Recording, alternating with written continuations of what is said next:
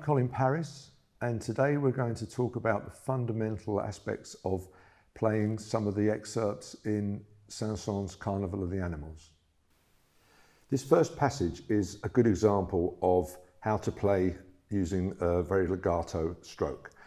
Now, the key to playing legato notes is basically bowing and preparing your left hand.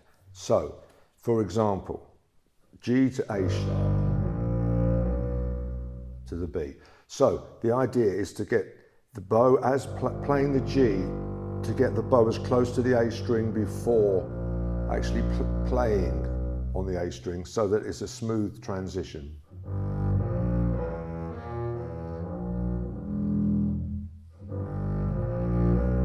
Also, I try and prepare my left hand, so the A sharp, while I'm playing the G, I'm already thinking about my first finger playing the A sharp.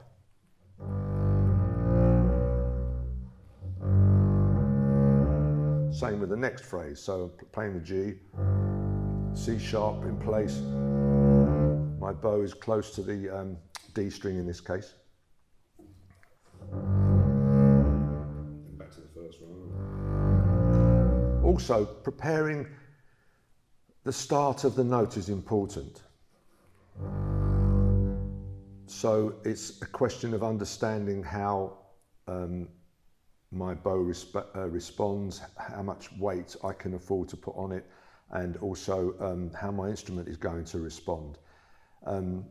They're important aspects of playing, because if you have too much weight, it won't work, obviously, and not enough, it won't work. So it's just a question of knowing how your bow responds in different parts where you are playing in different parts of the bow. So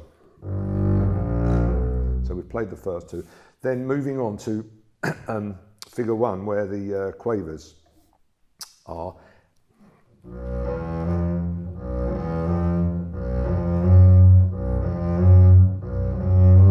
It's the same principle, only obviously it's faster.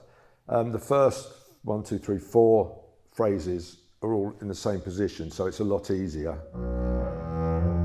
Except sometimes playing fourths isn't always conducive to smooth playing, because it's difficult sometimes getting the fingers across. So I try and prepare by just sort of barring my finger, which is not 100% satisfactory, because I'm not playing on the part of my finger that I'd really like to be playing on. But if I have to move my fingers to where I want to actually be, the part of my finger, so it becomes too articulated.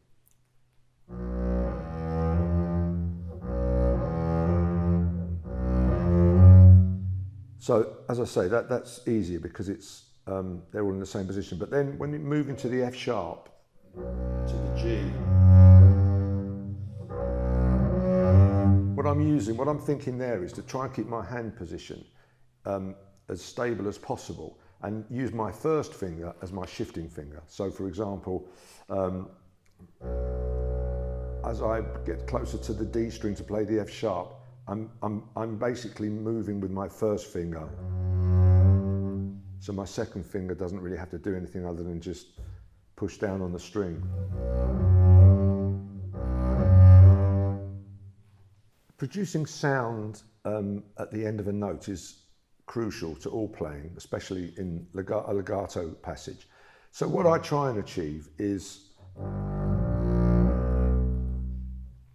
when I get to the end of the note, I want the note to sound like this. So it starts and is sort of blooms and then fades away.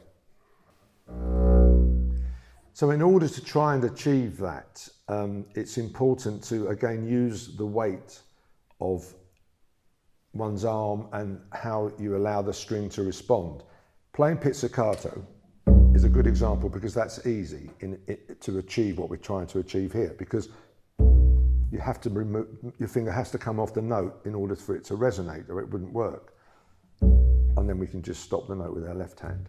So bowing, it's the same sort of thing. So we start a note.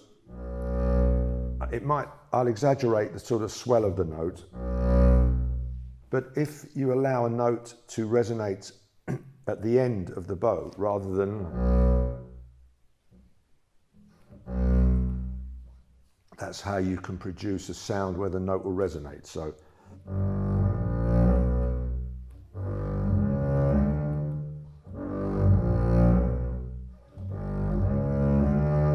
even with a crescendo. So it's a question of feeling and allowing the string to vibrate, because that's what we have to do when we play. Obviously, playing a stringed instrument, when we bow, we have the problem of producing a sound where the string vibrates in two directions, but we're moving the bow in one direction. So we have to be careful that we don't kill the sound. And it's very easy to do that with too much pressure.